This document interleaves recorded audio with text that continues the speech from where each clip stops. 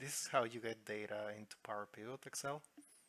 First, click on the PowerPivot tab, then go to Manage, and then you will have these options. If you're using SQL Server, you can click here. If you're using Access, you can click here. From Analysis Services, here.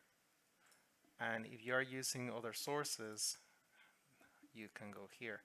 Now here you have several options like Oracle, Teradata, a lot of them.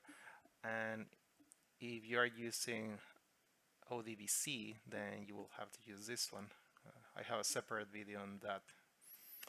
But for now, if you're using SQL Server, go here and you will see this tab here. Here is just for a friendly name.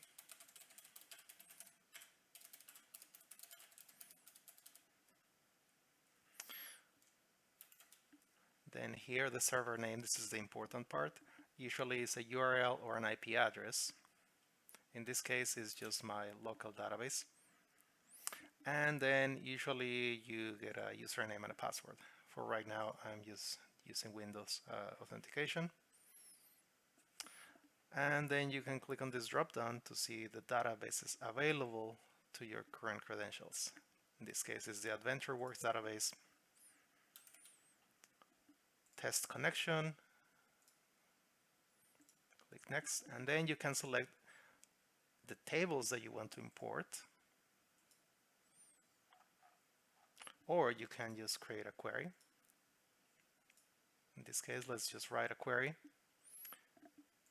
I have the database here open in SQL Server Management Studio, and we'll just go for using this query. Validate the statement, usually helpful. Finish, and that's it. So this is how you get data into PowerPivot from SQL Server.